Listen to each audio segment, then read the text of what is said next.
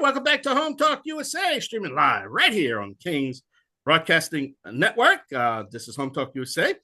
This segment of the show, though, is sponsored by one of my oldest sponsors, Aztec Washer, revolutionary and innovative roofing product since 1968. Seal it right, seal it tight, aztecwasher.com. Matt Neely is my guest with Product Quick Start. We're talking about his manufacturing, developing, prototyping. I really don't know what to call it here, but where if you had an idea or a product, Noah can actually put a plan together to get that product to market, which is the most important part of the whole equation here. Noah, before the break, I was talking about existing technology.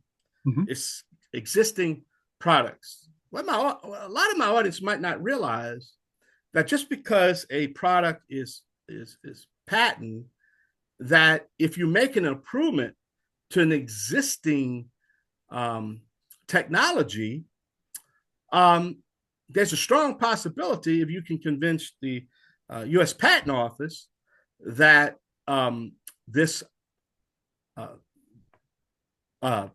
new way can actually benefit or can make the product better, right? Yeah, absolutely. I mean, frankly, most patents are built on older patents, and there's a few things about that we could talk all day about this, which we're not going to because it gets boring, and engineers talk nerd speak after a while, but patents only last so long. So, a patent, you get 20 something years out of it. I don't know the exact time. So, patents that came out in the 80s, they're pretty much expired. So the way if you're a company that owns a patent that was done back then, the way you keep that fresh is you keep adding features onto what was already there. But you, as an inventor, you can do the same thing.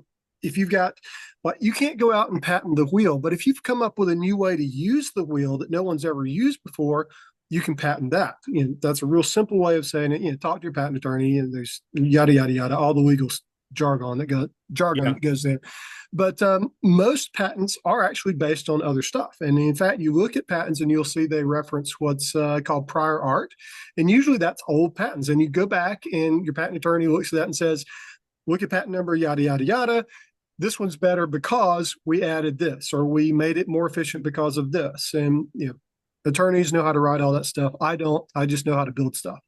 Yeah, and another thing, I know there's been a lot of cases where the new inventor actually worked with the old inventor on the additional patent that they want to do. They partner up sometimes. Sometimes the old inventor will buy out the new inventor. Because they were convinced that my way has improved their product without getting into a fight or whatever. So there are some situations where, as long as you protected yourself, that there may be some cases where you might want to partner up with the old. That's exactly right. One of the first clients I ever had, now we're talking 25 some years ago, their first revenue was actually licensing revenue from another company because this other company needed to use their patent, for stuff that didn't really compete.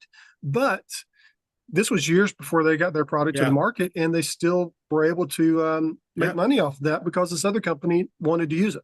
And so those things kind of happen. I mean, it's all.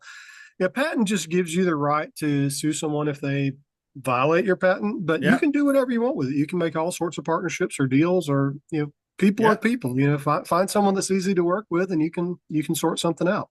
Yeah, just protect yourself, and we've talked about that on the show with the inventor lady herself, Rita Crompton, in the past.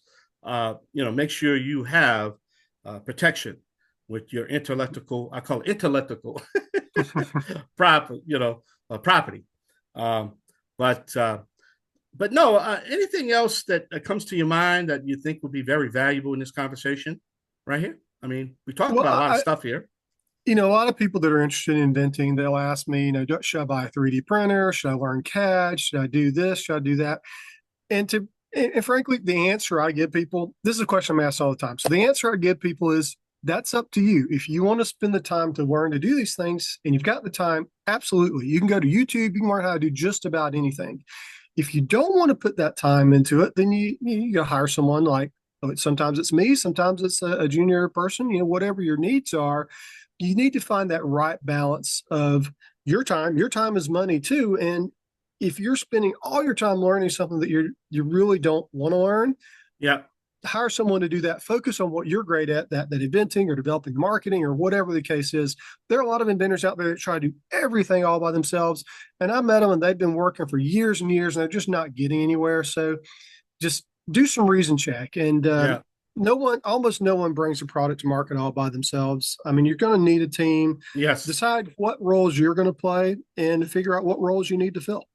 Well, less mistakes, less costs, and that's the bottom line. No, we're out of Right. time, buddy. I enjoyed our conversation. So great to have you here on Home Talk USA. Give us that website.